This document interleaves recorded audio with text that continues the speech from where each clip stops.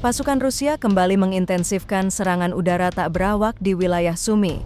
Dalam laporan terbaru, drone tempur Rubicon milik Rusia diklaim berhasil menghancurkan berbagai peralatan militer Ukraina, termasuk kendaraan taktis dan posisi pertahanan militer Ukraina. Rekaman serangan tersebut diunggah melalui kanal Telegram militer Rusia pada Selasa, 22 Juli 2025. Dalam video berdurasi singkat itu, tampak sejumlah sasaran dihantam secara presisi, seperti satu unit pickup, MT-LBU, kendaraan pengangkut lapis baja, tank, kendaraan lapis baja lainnya, serta bunker yang menjadi titik pertahanan pasukan Ukraina. Selain menghancurkan kendaraan dan perlindungan pasukan, serangan drone Rubicon juga disebut menargetkan lokasi-lokasi penyimpanan senjata dan posisi personel bersenjata Ukraina. Pihak Rusia menyatakan bahwa operasi ini merupakan bagian dari upaya sistematis untuk melemahkan pertahanan Ukraina di sektor timur laut, khususnya di wilayah Sumy yang menjadi salah satu titik konflik aktif.